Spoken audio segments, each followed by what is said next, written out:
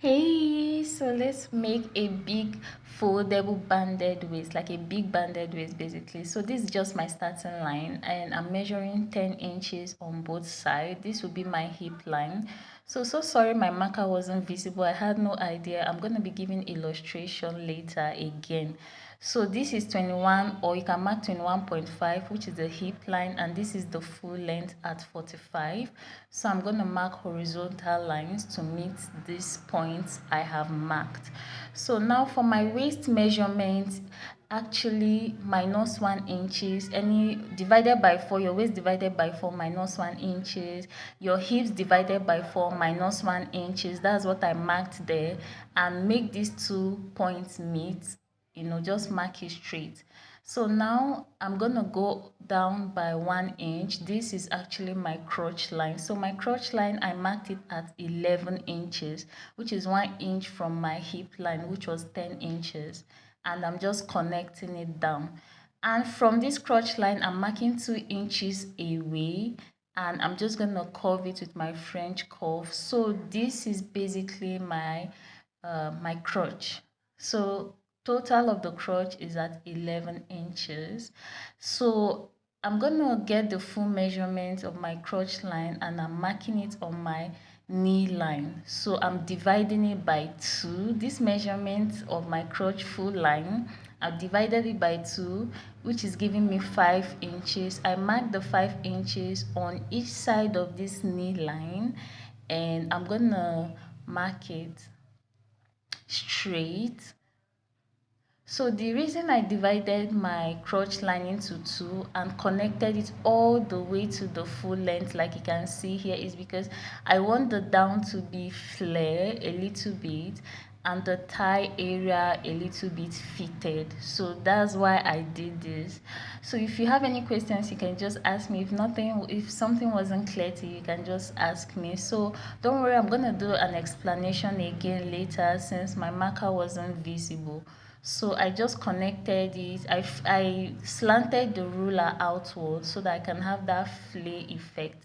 So I'm coming down by 1 inch on my center front, and I'm connecting it to the end of the waistline. So there you have it, 1 inch and the waistline. This is the hip line. This is the crotch line. That's the crotch curve, and all the way down. That was basically it. So simple. So I'm just gonna cut that out and open it up. So I folded my fabric into 2, and I went up by 1 inch on the center back, because our waist is not straight. I connected that. So for the back, this thing, I'm going with 4 inches crotch depth. So I extended it by 2 from the front crotch line. I extended it by 2 because my front fabric is placed, and that's it. So this is what we have. I'm gonna join the front piece together. You can see the front crotch depth is a bit longer, or yeah, the extension is more. So I'm just gonna sew it right there, and this is what you have, right? This is what we have. We're going to do same thing for the back piece and just place it together. So you have to pay attention to this side. Make sure the seams align, and sew all the way down right there. Like, just sew all the way down, and yeah.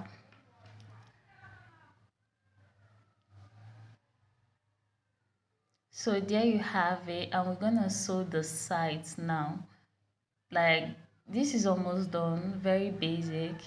Yeah, so this is a very stretchy fabric. I had to minus 1 inch for most of the measurements. So I'm marking my starting point to measure my waist, round waist. So I'm measuring my round waist, and I think it was around 30, so that we can cut out the band. Yeah, so it's 30 inches, and we're gonna fold our fabric into 2 and just cut out our band. So for the height of the fabric, I'm just marking a starting point here, starting line, and I'm going to measure all the way till I get 30. So mind you, I didn't add any stitching allowance. Like I said, for stretchy fabrics, don't add a sewing allowance. So for this band, we're gonna use 6 inches height, and after we sew it's gonna be less than 30, but don't worry, like it's not an issue because it's really stretchy, so you don't want to have excess fabric bulking out. So you're gonna see that it still matches up to your 30 inches waist.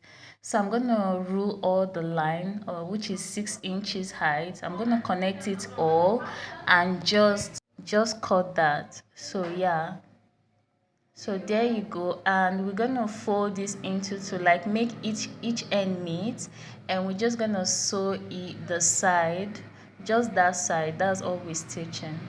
So after stitching it, we're gonna fold it into two, but before that we're gonna trim off the excess fabric on the side, and then we're gonna fold it into two like so.